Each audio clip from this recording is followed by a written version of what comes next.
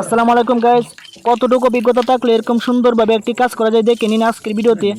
এখানে একটি প্লাস্টিকের কল ছিল, কলটি ভেঙে যাওয়ার কারণে অর্ধেক প্লাস্টিক এটার ভিতরে আটকে যায়। তো এটি এখন আমরা খোলার চেষ্টা করব।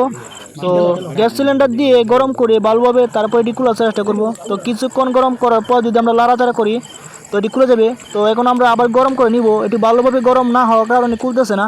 তো গরম করার পর দেখতে পারছি যে এটি খুলে আসলো। এখন আমরা ভালোভাবে সিল টেপ মেরে কলটি লাগানোর চেষ্টা করব। তো কিছুক্ষণ চেষ্টা করলাম, দেখতে পারছি কলটি লাগতেছে না। তো না লাগলে সমস্যা নাই, যদি কলটি না লাগে তাহলে অবশ্যই এখানে আমরা একটি সিটি বুশ ব্যবহার করব। তো দেখতে পাচ্ছেন যে একটি সিটি বুশ ব্যবহার করে আমরা কলটি লাগিয়ে ফেললাম। তো কলটি লাগানি আমরা সক্ষম হয়ে গেছি। এবার চেক করব, দেখবো পানি উঠে কিনা। ভাই কলটি ছাড়ো, কলটা চালাও।